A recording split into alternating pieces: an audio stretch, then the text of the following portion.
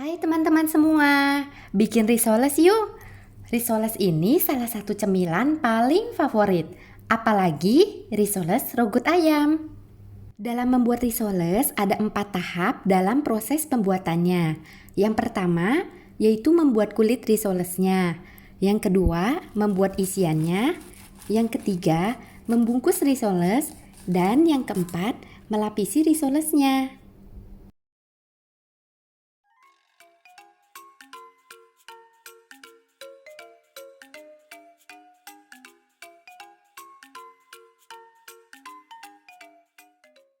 Di sini saya akan membuat 2 macam kulit risoles. Yang pertama yaitu kulit risoles ekonomis tanpa susu dan tanpa telur. Yang kedua yaitu kulit risoles spesial dengan susu dan telur.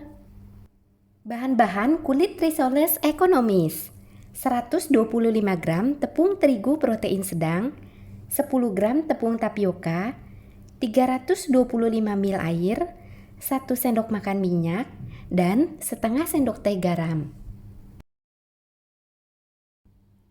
Masukkan terigu, tepung tapioka, dan garam. Kemudian aduk rata semua bahan keringnya. Tuang air sedikit demi sedikit sambil terus diaduk.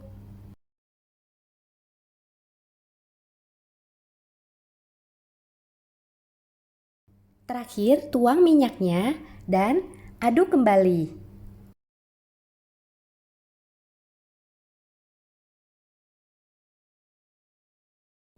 Setelah tercampur rata, saring dahulu adonannya. Kemudian, tutup dan diamkan selama 30 menit.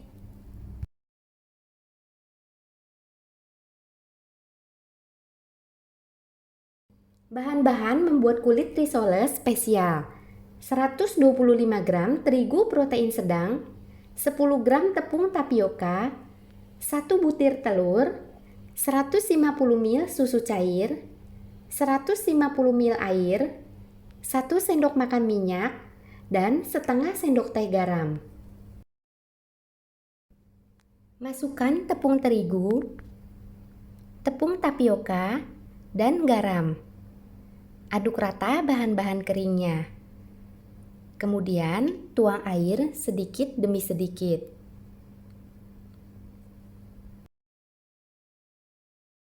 Tuang juga susu cairnya sedikit demi sedikit.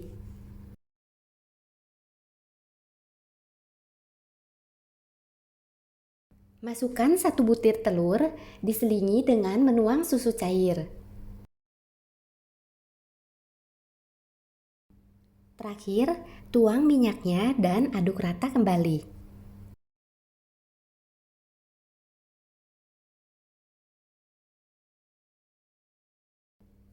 Saring adonannya.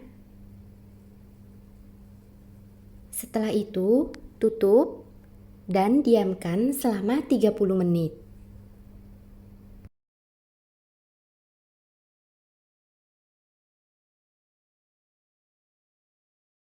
Siapkan teflon anti lengket.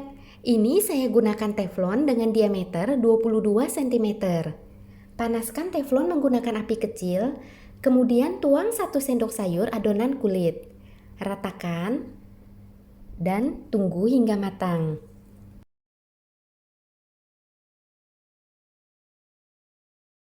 Bila sudah matang, maka bagian pinggirnya akan terkelupas seperti ini.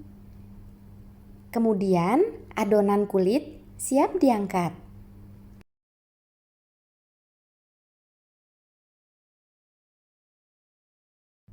Kulit risoles yang sudah matang sebaiknya langsung digunakan untuk membungkus risoles pada hari yang sama, supaya kelenturannya tetap terjaga. Tetapi, bila teman-teman tidak sempat, kulit risoles yang sudah matang ini bisa dibungkus menggunakan plastik dan taruh dalam wadah yang tertutup rapat, kemudian simpan di dalam kulkas untuk dapat digunakan keesokan harinya. Tahap kedua, membuat isian rogut ayam.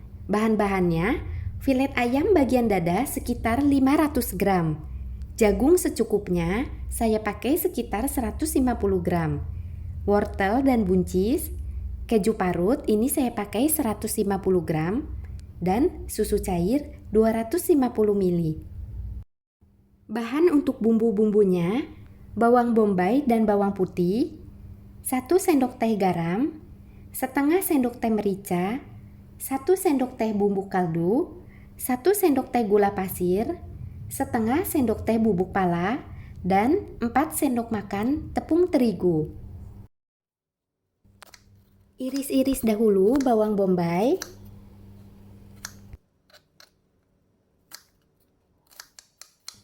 Iris bawang putihnya juga.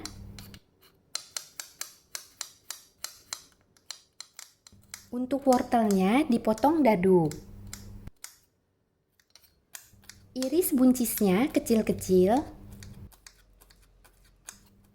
Potong dadu filet ayamnya.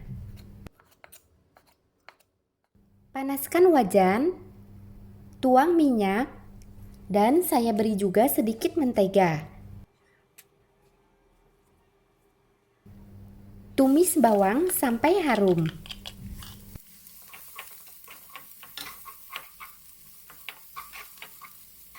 Setelah bawangnya harum, masukkan ayamnya dan tumis kembali.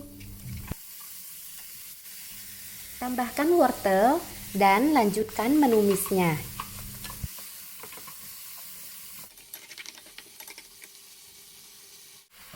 Tutup wajannya supaya cepat matang.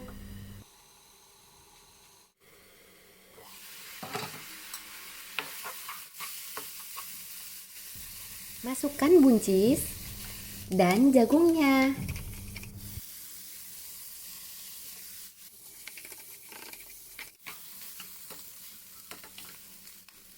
Bumbui dengan garam, bubuk kaldu,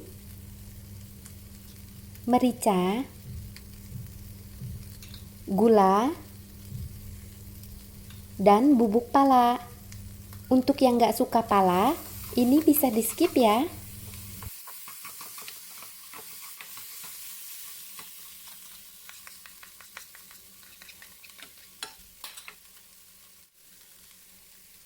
Tuang tepung terigu dan aduk rata.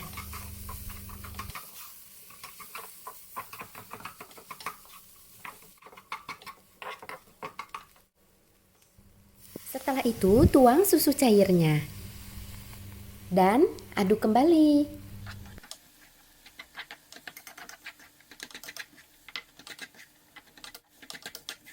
Bila adonan terlalu kental, bisa ditambahkan dengan air. Ini saya tuang sekitar 300 ml air.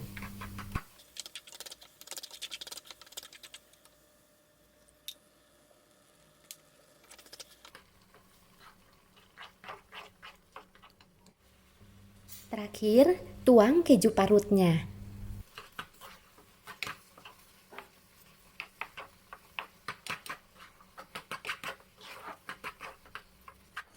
Nah, adonan rebutnya sudah matang. Dinginkan dahulu sebelum digunakan untuk bahan isian risoles. Membuat adonan pelapis. Siapkan 100 gram terigu, 2 sendok makan tepung tapioka, 1 butir telur, 150 ml air.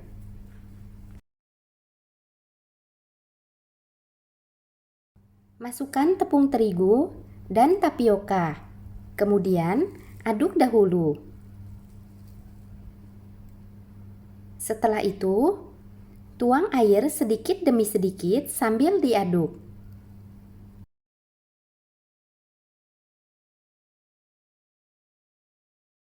Kemudian, tambahkan telurnya.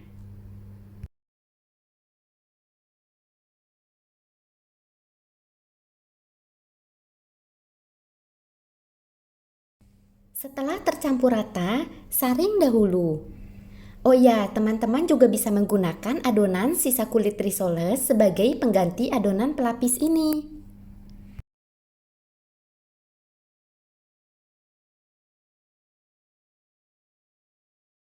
Tahap ketiga, melipat risoles.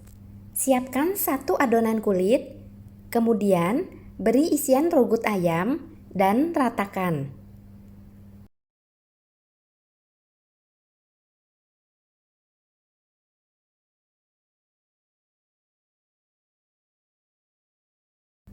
Lipat seperti ini. Kemudian jika perlu, oles dengan adonan pelapis menggunakan kuas. Oles tipis-tipis saja ya. Lipat ke samping dan oles kembali menggunakan adonan pelapis. Setelah itu, gulung dan rapatkan.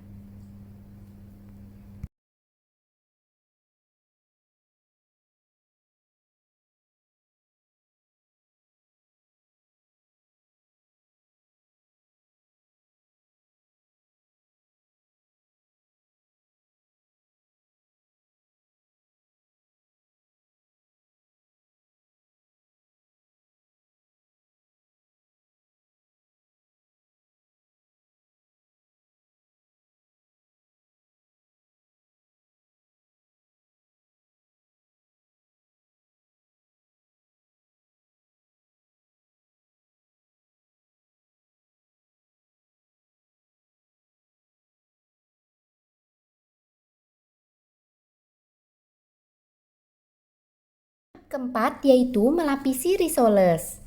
Siapkan tepung terigu, adonan pelapis, dan tepung roti. Perhatikan untuk tepung rotinya ya teman-teman, karena tepung roti ada berbagai macam. Ada tepung roti yang butirannya kasar, ada juga tepung roti yang butirannya sangat halus atau kombinasi keduanya.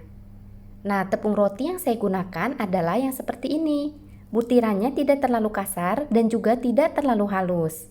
Sedangkan tepung roti yang ini butirannya cukup kasar. Bila tepung rotinya cukup kasar, maka sebaiknya ditumbuk dulu seperti ini.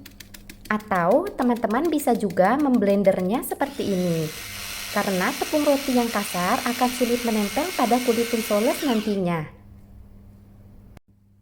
Pertama, taburi risoles dengan tepung terigu.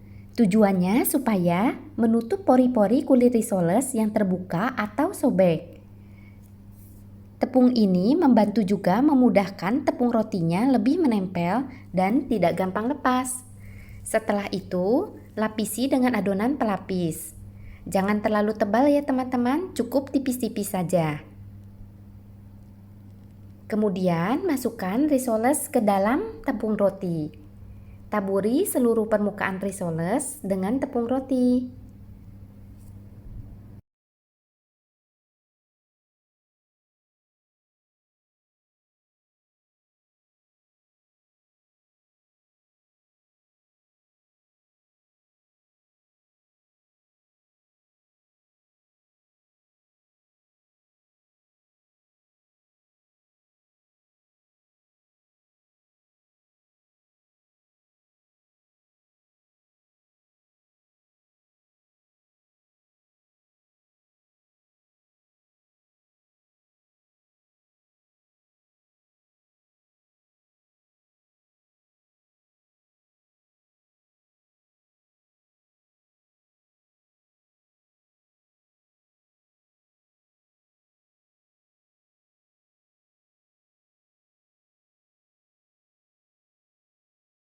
Sebelum digoreng, sebaiknya risoles dimasukkan dahulu ke dalam lemari es. Bisa di dalam freezer, bisa juga di dalam kulkas biasa. Kurang lebih selama 1 jam.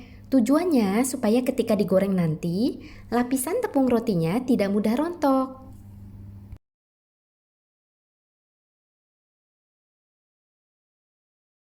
Menggoreng risoles. Panaskan minyak dalam jumlah yang cukup banyak. Gunakan api sedang yang cenderung kecil supaya risoles tidak mudah gosong. Sebaiknya risoles jangan dibolak-balik ya. Cukup 1 kali balik saja supaya nanti tidak terlalu berminyak.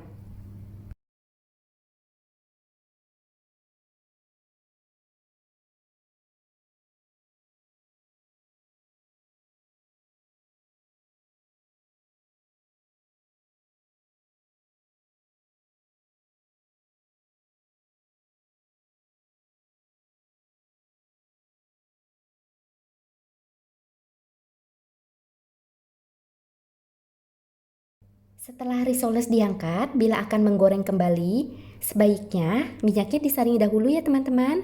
Karena sisa-sisa tepung roti ini bila dibiarkan akan menghitam atau gosong, serta menempel pada kulit risoles nantinya.